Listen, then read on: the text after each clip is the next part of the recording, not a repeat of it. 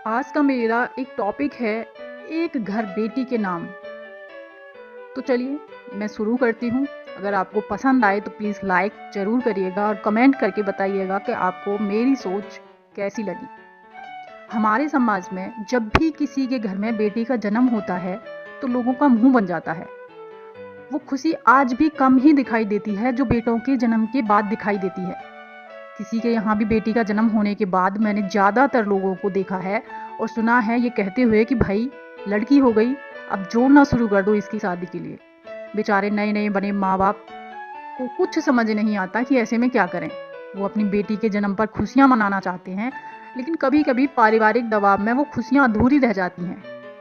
कुछ जगह स्थिति थोड़ी बहुत बदली ज़रूर है, लेकिन बेटे के मुकाबले आज भी बेटियों को कमतर ही माना जाता है। कभी सोचा है आपने ऐसा क्यों होता है? क्योंकि आज भी हमारे समाज में बेटी के प्रति सोच सदियों पुरानी ही है। बेटियों को लेकर आज भी समाज की मानसिकता काफ़ी संकीर्ण है। इसी सोच के चलते हम अपनी बेटियों के लिए वो नहीं सोच पाते जो हम अपने बेटों के लिए सोचते हैं। बेटियों के लिए ज़्यादातर ये सोच होती है कि अच्छी तरह पढ़ लिख जाए तो उसकी शादी अच्छे घर में हो जाए और अपने घर में खुश रहे बस। कभी कभार खुशी से मिलने आ जाए, लेकिन इस बीच यदि बेटी के जीवन में कोई परेशानी आ जाए तो ज़्यादातर मायके वाले अपने हाथ खड़े कर लेते हैं।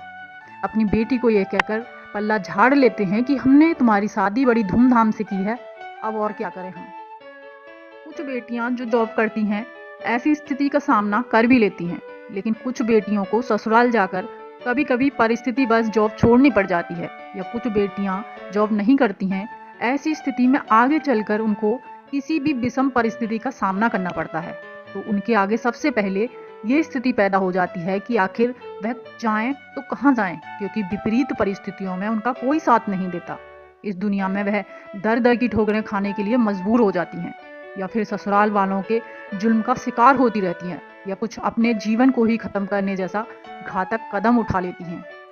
मेरा मानना है कि बेटी को पढ़ाई के साथ साथ यदि हम उनके भविष्य के लिए एक घर भी उनके नाम कर दें तो ये समाज के लिए एक सकारात्मक पहल होगी। घर चाहे छोटा सा क्यों ना हो, बेटियों के लिए अपनेपन के साथ साथ बहुत बड़ा फाइनेंशियल सपोर्ट होगा, जो भविष्य में आने वाले किसी भी तरह की समस्या में बेटियों को राहत देगा। अगर समाज में हर माता पिता जिस प्रकार अपने बेटों के लिए सोचते हैं वैसे ही बेटियों के लिए भी सोचेंगे तो शायद बेटियों को भी स्थिति में काफ़ी सुधार आने की गुंजाइश रहेगी।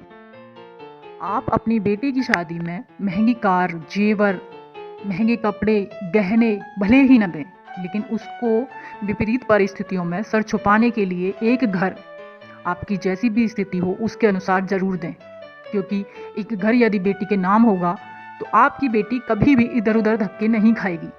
ये घर उसको मानसिक और आर्थिक दोनों तरह का उसको सपोर्ट करेगा, क्योंकि ये घर उसकी अपनी संपत्ति होगी।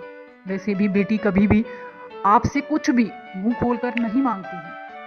आप ये संकल्प लें कि वो अपनी बेटी को एक घर जरूर उसके नाम रजिस्टर करेंगे। यदि आप घर रजिस्टर नहीं कर सकते तो अपने घर में एक कमरा उसके नाम जरूर करें, जो उसके आने वक्त में काम आएगा, और वो हमेशा इस डर के साए में नहीं जिएगी कि वो बुरे वक्त में कहाँ जाएगी। जब आप बेटे के लिए सब कुछ देने की सोचते हैं और उसके सुख दुख में हमेशा हर तरीके से साथ देते हैं, तो फिर बेटी के लिए क्यों नहीं, आखिर वो भी तो आपके जिगर का टुकड़ा है।